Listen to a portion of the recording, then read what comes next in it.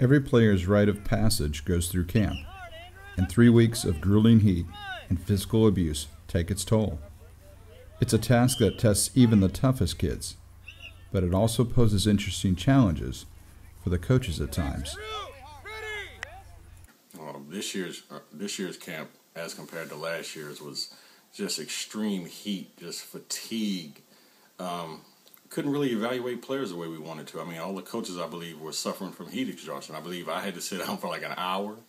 I'm pretty sure, I think John passed out that day almost. It was extreme heat. That's all I took from that. You know, I had a lot of fun. I was ready to go out there and have a good time. And all of a sudden, the sun got hotter. It got closer to the earth. I mean, it was hot. And I could hardly see straight. I could hardly stand up. But, you know, I was like, it's football. It's time to go. I have no idea what was different because I was in Las Vegas gambling. So I have no idea. 2010 was a season of learning that unfortunately left a team full of first-year players largely unprepared. 2011, however, was a different story, with the arrival of veteran players Tristan Henderson and Leif Nordstrand. The Cowboys would receive even more talent with the likes of Austin Roombaugh, Mason Beatty, Tyler Hoover, Troy Albright, Lee Cook, Luke Carter, and Hunter Smith. This season, you know, we knew what we were doing. We had to get going right away. We implemented offense from day one. We put a ball in everybody's hand who could carry it and see who could run immediately. We started implementing the playbook immediately. And first 3 weeks this year was a lot of fun. We made a lot of progress by the time we hit the Jamboree. You look at all the kids and, you know, you just know you're losing a couple of them by the third week. It's just what happens. Sometimes it's surprising which 3 or 4 kids you actually lose, and then sometimes it's not. But I think that's all part of building how strong and how much heart these kids get and how they stick with it. Because when they make it, when one of those kids makes it through that third week, most kids can't do that. That's something that, you know, 9 out of 10 kids on their street can't do, and they did it. And a lot of kids can't do it, and just making it through that is something to be proud of. So, you know, that's a great place to start building a football team, the third week. You know, Kenny always comes up and says things to me just to terrorize me, really. You know, I'm just minding my own business, walking on the sideline. I'm having a good day. Game hasn't hardly even started yet. Kenny walks up, hey, you know, you never won your first game. Dude, I don't need that. I'm worried about just scoring a touchdown. That's what I'm worried about. After Jamboree, the season started out with some familiar rivals, new goals to attain, and a picture of the season as a whole. They say it's never as good as you think, or as bad as you think. But tell that to a bunch of 8-year-olds who've just won their first game of the season. If I said, hey, look at the tape from the first half, we look like the Super Bowl champs. You look at the second half, we look like we're not going to make the playoffs, you know? Oh. I think after that game, the kids kind of thought they were world beaters. They felt like they couldn't be beat, and you know, it was a little tough to get them focused and get them back on task and help them to realize that we still had a lot of work to do. You know, I don't remember a lot about practice that week after the Blue game. I know that we went pretty hard on Monday because we were so disappointed with how we kind of fell asleep in the second half. That's the most important thing that I remember about that week. Week 2 featured a meeting with a team that Silver had beaten back in the 2009 Super Bowl, Cowboy White. The outcome of this meeting, however, would not have a super ending.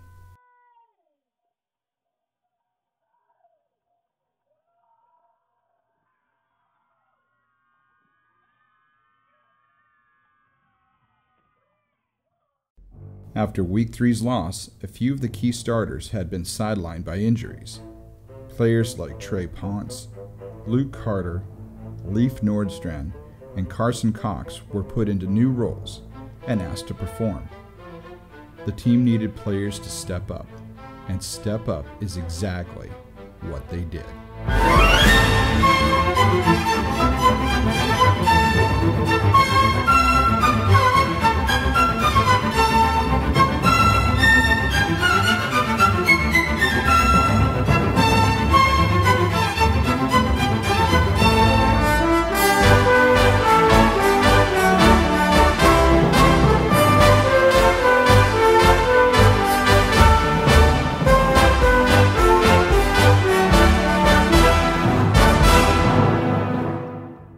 if we were maybe a little weak in running back position that week, you didn't notice it because the tight ends and the linemen did better. I mean, they gave the quarterback a little more time to do something else. I mean, the team just stepped up.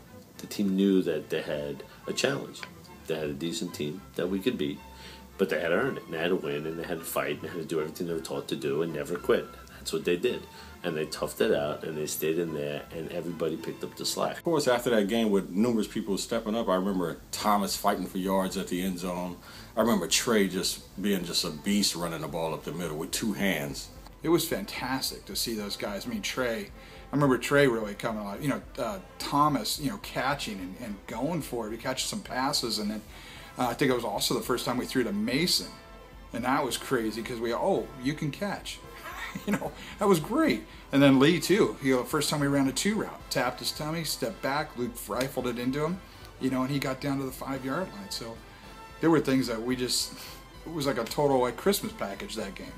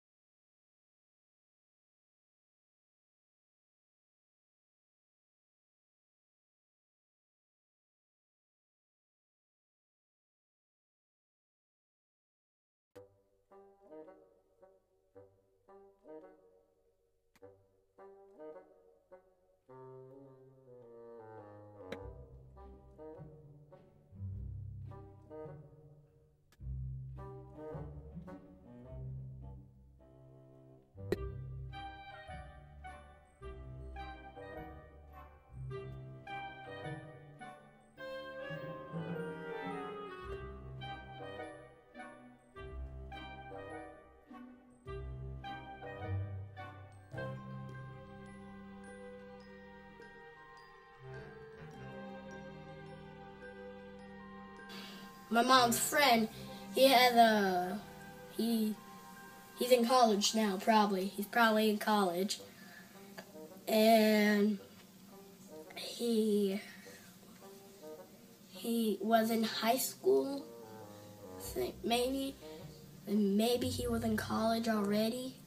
Which one is Nick's favorite snap count? Down. Down. I knew it too. Good. Okay. When you put on a football uniform, you become somebody else. Who is that somebody else? That is me. But really serious. Me serious.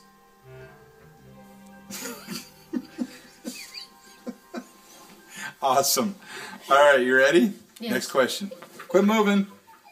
You're going to have to leave. She's trying not to laugh. I know. I'm trying really hard. That's the best footage yet. It's the best footage yet. Okay, ready, Kenny? I'm sorry. Okay. No, it's all good. Okay, ready? Oh, yeah. Yeah, prepare, man. Be ready. Be ready. You ready? Now you ready? Yes. Okay, yeah.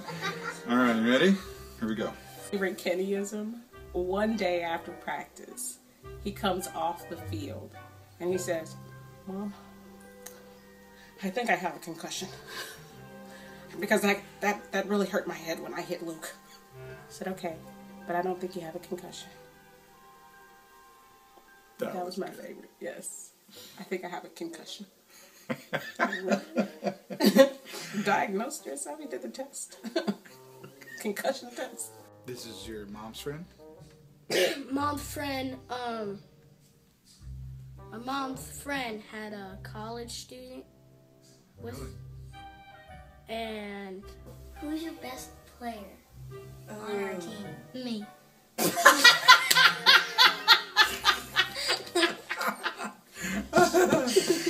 Rock on, baby. Who's, Rock on. who's me? Me. Yeah, what's your name? Say your name out loud. What's your name? Nathan. Anything else? No.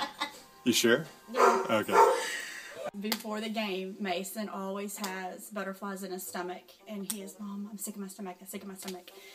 And we were like, "You know, it's okay, you're just nervous." He's like, "No, I'm sick." We're like, "No, you're just nervous." And he even told Coach Kenny one time about it, and Coach Kenny had said, "That's good because that means you're excited about the game, and you know, you want to do good, and it's perfectly normal." So, but every single game, Mason does get the little tummy ticklers before the game. What do you like the least? What's your least favorite thing? Running. Why? Because I just don't like it. Don't like running? Not at all? A little bit? Oh, when you gotta go to the bathroom really bad. You like running then? Or he was in high school. He was in high school, or he was in college. That was my mom's friend's son. All right. Let's see. All right. You gotta be honest now. What did the apple say to the grape? Nothing. Fruits don't fart.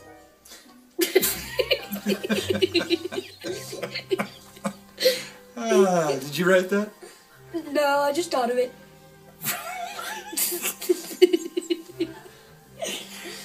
That's good. Okay, knock knock. Who's there? Dwayne.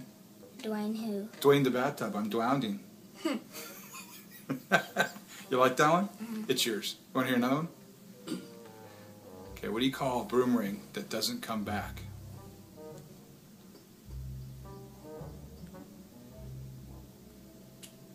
I don't. A stick. Oh. You like that one? It's yours. That's 2 jokes in one day. Why did we call you the dancing queen? Because I danced a lot? Did you? Do you like dancing? Yes. Say it loud and proud. I like dancing. I like dancing. Who's your favorite coach? Coach John. Huh. He was in college or high school. And he had this drum set. He used to play it all the time. He played the drums too. But finally, I think he was in college, so he couldn't really play the drums a lot, so he gave the drums to me. And it was a lot of drums. He had like about a big drum, 2 little drums. And why do you keep hitting Kenny in the back? Because I hate him. You like him. I don't like him. You like Kenny. Oh, that's so funny. That's funny. What's so funny? You like him. Stop it. I hate him.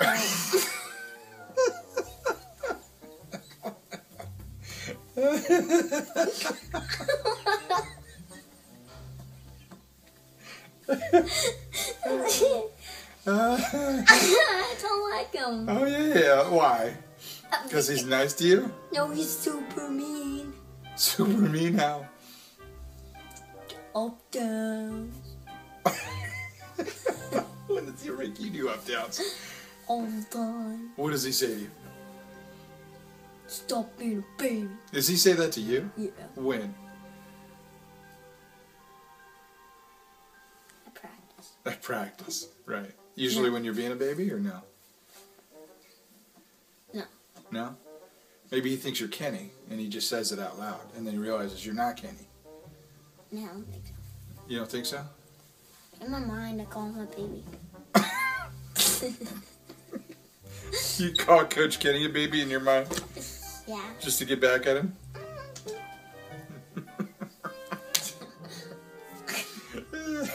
What was your favorite offensive play? 25-to-1 quarterback keeper. Who brought the worst water? Let me see. Coach Greg. Yeah. Really? Mm-hmm. Why? Cause whenever I tasted the water at first at one time. One time whenever I tasted it, whenever I felt it on my tongue, I started to feel like, what did he fill the water bottles with? Was it toilet water or sink water? I don't know. Okay. So what I think the most was toilet water. Okay.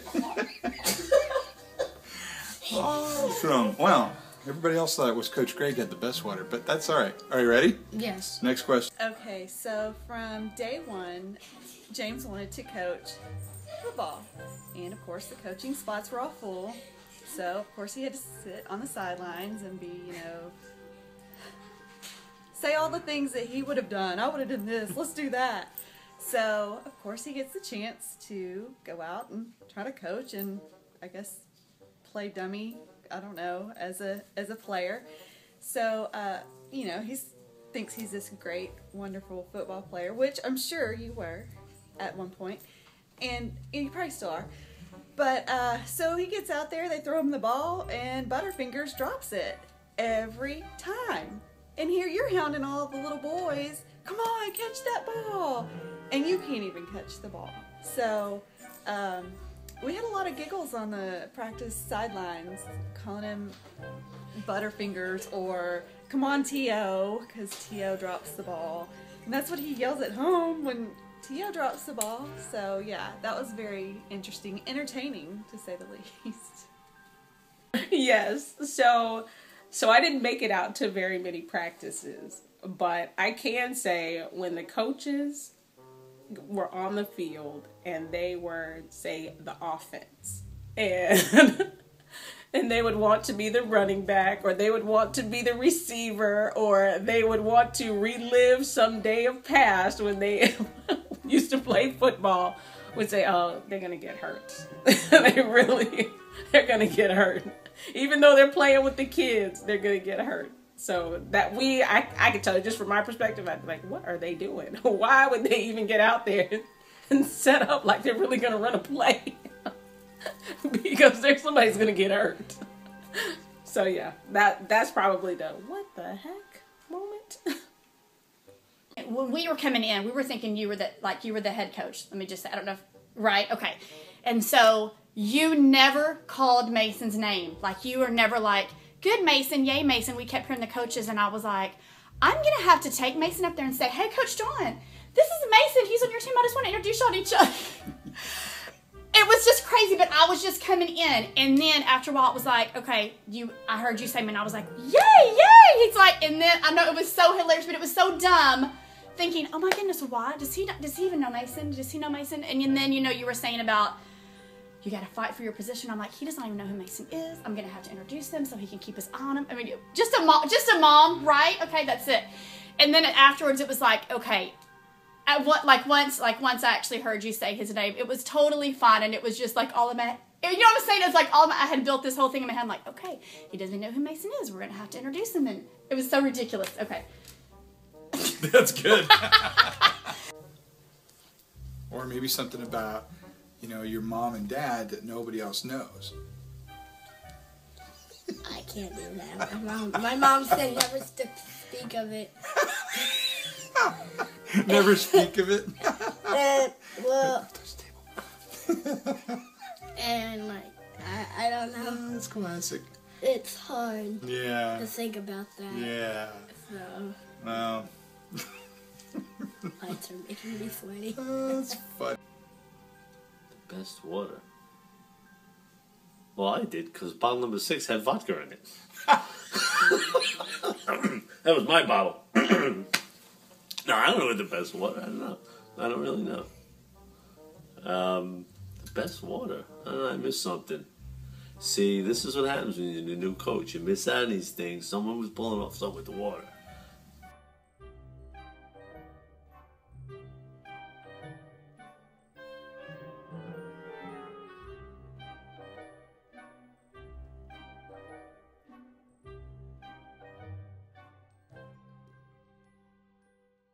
In the previous season, there had been one team that nobody on the Cowboys wanted to see again, the Pearland Bucks.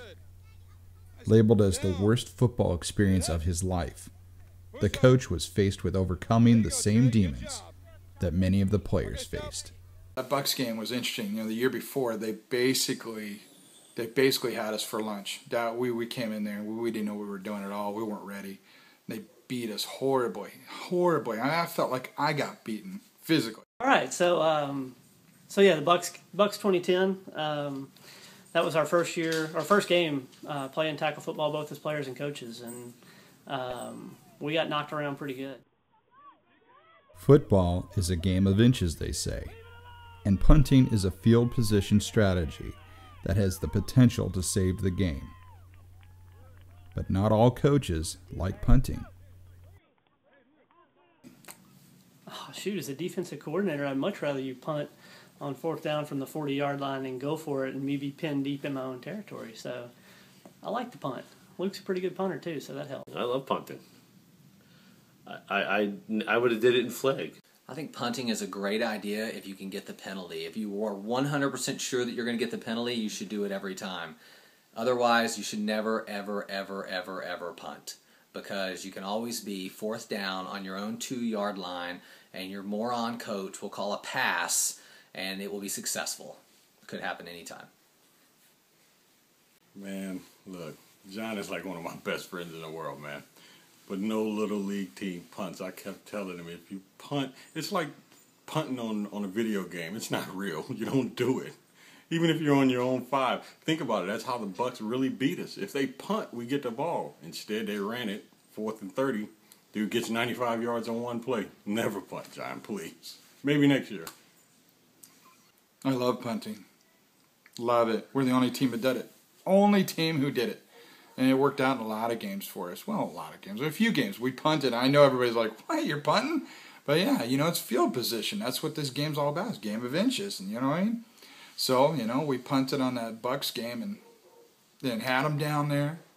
Kenny didn't like it. He told me. I came off the sideline. I was proud as can be. Here's Luke. Boom. Kicks it down there. Gets them deep in their own territory. I'm like, that is playing football. And he gets over there and he's like, I got to be honest with you, man. I hate it when you punt. And I can't believe you're in their territory and you punt. You don't punt. I was like, man, I just did the best thing ever. I mean, we're the only guys punting. It was freshman level, and Kenny didn't like it. I'm like, come on, man, really? Ended up being he was right, because then we had about 4th and 30, and Mr. Fantastic found a seam and took it all the way back, 92 or was it 98 yards for a touchdown. Didn't matter. Did not matter. So about still punt. Nice shot. Here we go. 14 away. You gotta get this in there. Not a read. Blue. Not a read. Not a read.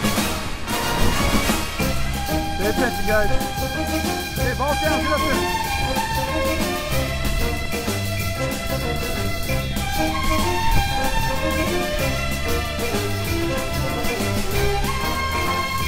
Go, upfield, upfield! Up! Run! Run! Run! Yeah! All right. I'm out of time. 3rd and 13.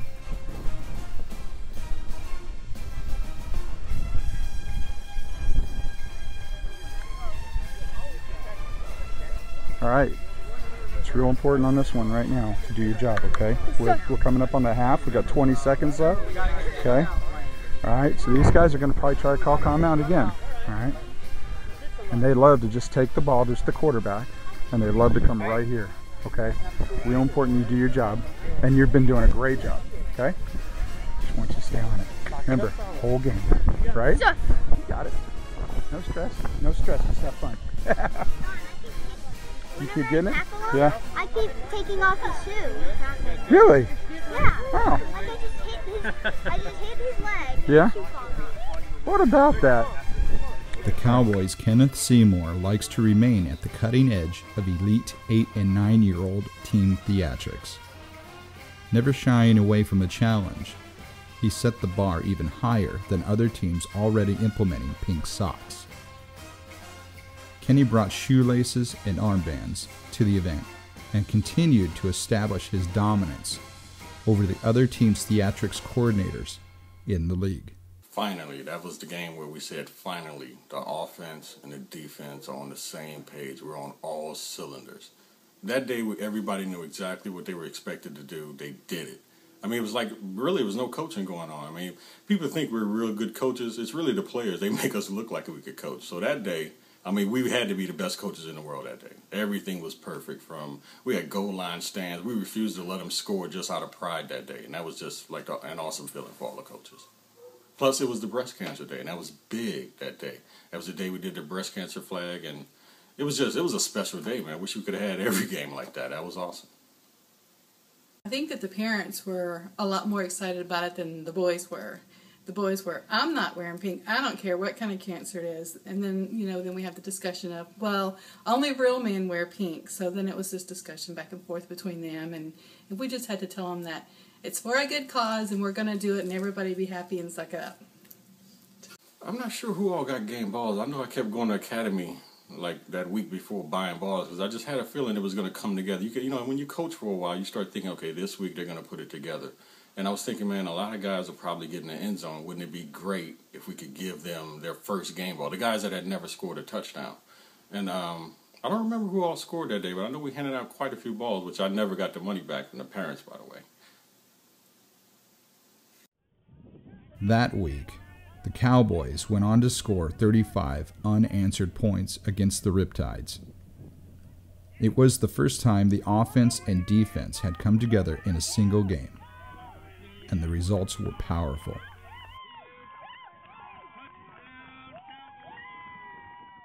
Week 9 was a lesson in the oldest saying in football. That's why you play the game. Any given Sunday, a team can rise up against another, and with determination, will, and heart, any team can snatch victory from another, no matter what the odds might be. The Cowboys were about to learn this lesson firsthand against the Raiders. The Raiders. That's the other game. That's the other game that we lost. You know, a lot of things went wrong in that game. I think that the kids lost focus, and it might have been partly the coaches losing focus as well. I think that we all, I have to admit, I thought it was going to be an easy game for us to win as well. We felt like we were finally together as a team, and we got steamrolled. They showed up to play, and we weren't ready.